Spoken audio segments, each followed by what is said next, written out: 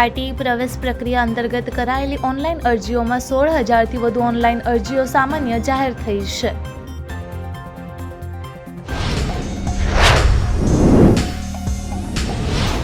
ગુજરાતમાં આજે જીપીએસસી વર્ગ 1 અને 2ની પ્રિલિમ પરીક્ષા યોજાશે, જેમાં બદલાયેલી પરીક્ષા પદ્ધતિ બાદ પ્રથમવાર પરીક્ષા યોજાવા જઈ રહી છે.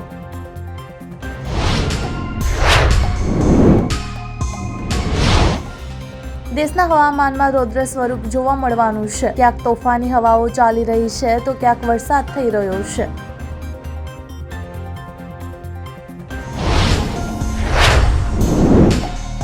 રાજકોટ નજીક ભાવનગર હાઈવે પર સરધારા પાસે 2 કાર અથડાઈ હતી. બાદમાં બંને કારમાં ભીષણ આગ ફાટી નીકળતા અગનગોળો બની ગયો હતો. આ અકસ્માતમાં 4 લોકો ભડથું બળતા મૃત્યુ થયું છે.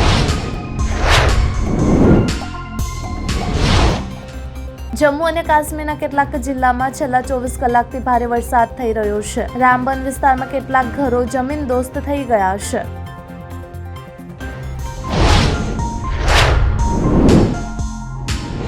ઇન્ડિયન પ્રીમિયર લીગ એટલે કે આઈપીએલની 2025ની સિઝનની ઓરેન્જ કેપ અને પર્પલ કેપની રેસમાં સતત ફેરફાર થઈ રહ્યા છે. શનિવારે નૂર અહેમદ પાસેથી પર્પલ કેપ છીનવાઈ ગઈ હતી.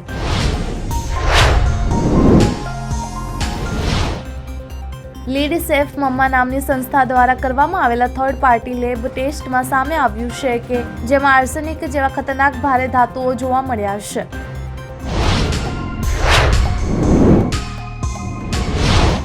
બિહારના બેતિયામાં એક સિપાહીએ પોતાના સાથી પર એક પછી એક એમ 11 ગોળીઓ ચલાવી દીધી, જેનાથી ઘટના સ્થળે જ તેનું મૃત્યુ થઈ ગયું હતું. આરોપી સિપાહીની ધરપકડ કરી લીધી છે.